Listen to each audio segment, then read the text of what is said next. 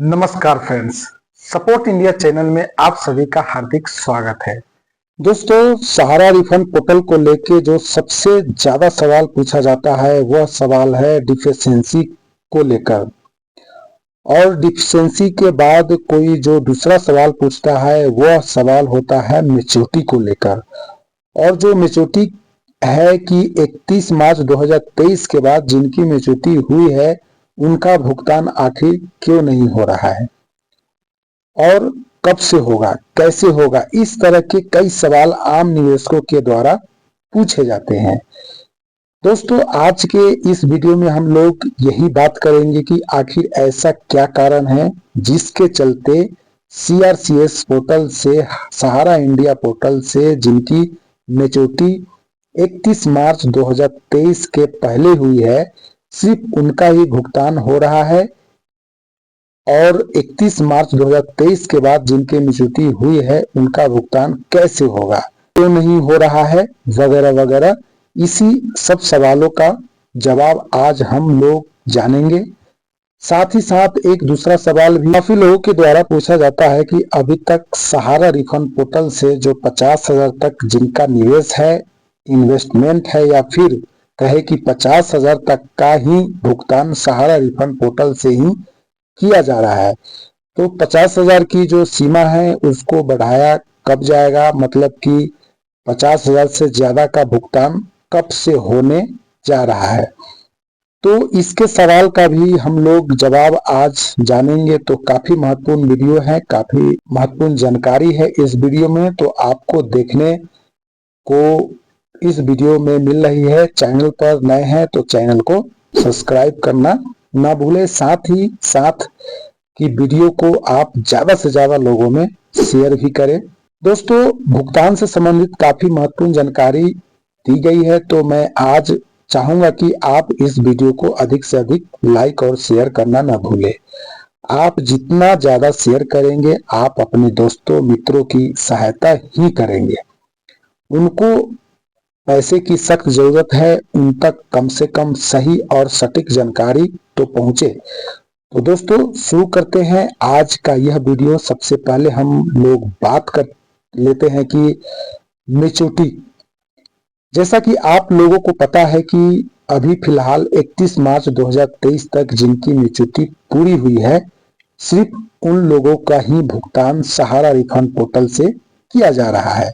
हालांकि कुछ केस में देखा गया है कि यह सीमा उसके पहले भी रखा गया है, मतलब कि 2022 तक के कुछ निवेशकों का भुगतान किया गया, उसके बाद उनकी मैच्योरिटी हुई है, मतलब 31 मार्च तक की मैच्योरिटी हुई है, लेकिन फिर भी भुगतान नहीं हुआ है।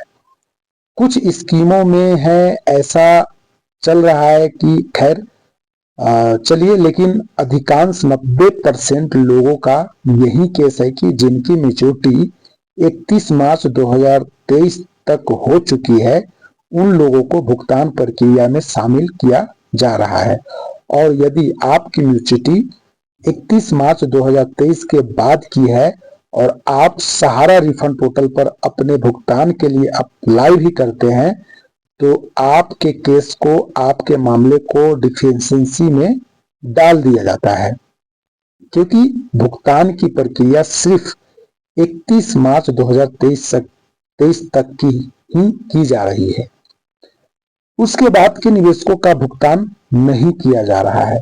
तो अब सबसे पहले हम लोग जान लेते हैं कि आखिर ऐसा क्यों हो रहा है, क्योंकि अभी तो 2026 चल रहा है, 2026 मई में है, तो लगभग 3 साल होने जा रहा है इस मैच्योरिटी डेट को।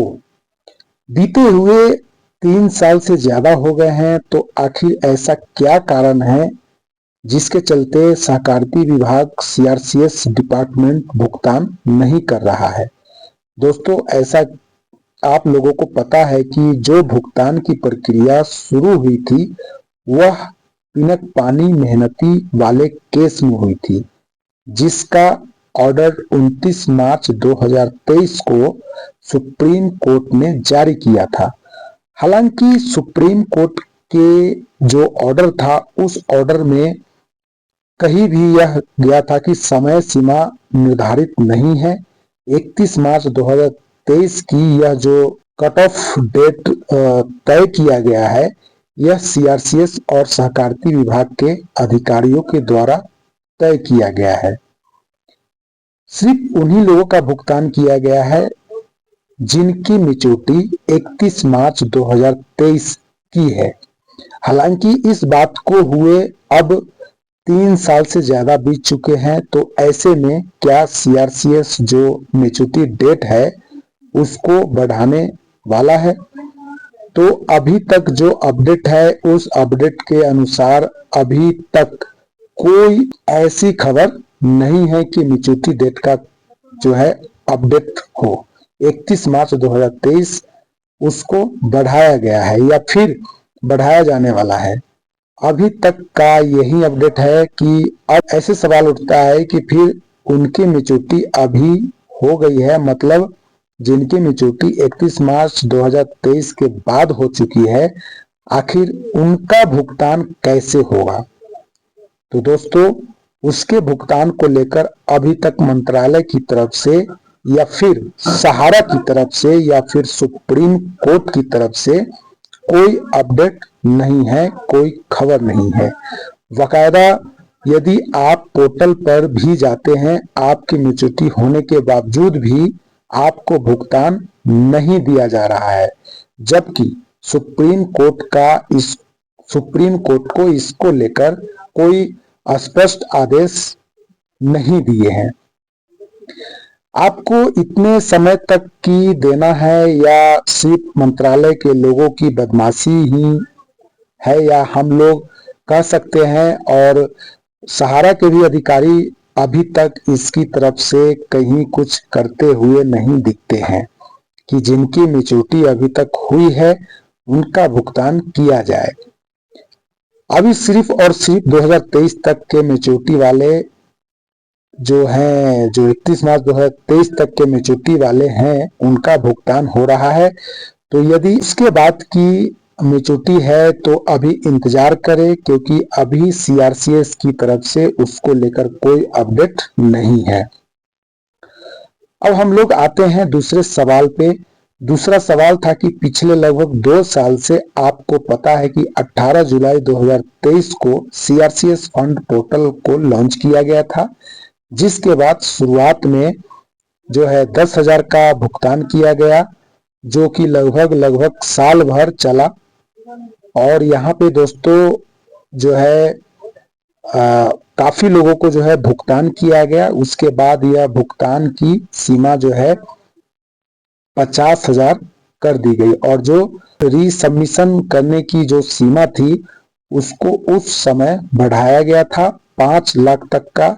हालांकि पिछले साल सितंबर में उसे सीमा को रीसबमिशन करने की सीमा को 1 लाख तक बढ़ा दिया गया, जिससे कि यह उम्मीद जगी कि जो 50,000 तक का भुगतान हो रहा है वह सीमा बढ़कर कम से कम 5 लाख तक हो जाएगी। दोस्तों, एक ऐसी आशा थी और हम लोगों को भी खबर मिल रही थी कि मंत्रालय और सहारा के अधिकारियों के बीच मीटिंग हुई है, बातचीत भी हुई है, जिसमें कि भुगतान की सीमा को बढ़ाने पर राजामंदी हुई है।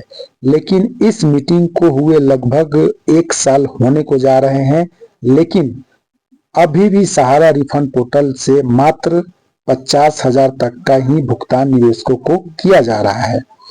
ऐसे में आप लोगों के द्वारा बार बार यह पूछा जाता है कि हमारा जो 50,000 से ज्यादा का निवेश है, 1 लाख हो या 2 लाख या 5 लाख 10 लाख जो भी हो, या 20 लाख 50, जो भी आप निवेश इसमें किए हैं, तो बार बार आप लोग पूछते हैं कि यह जो 50,000 तक का सीमा है, आखिर उसका भुगतान कैसे होगा और कब होगा।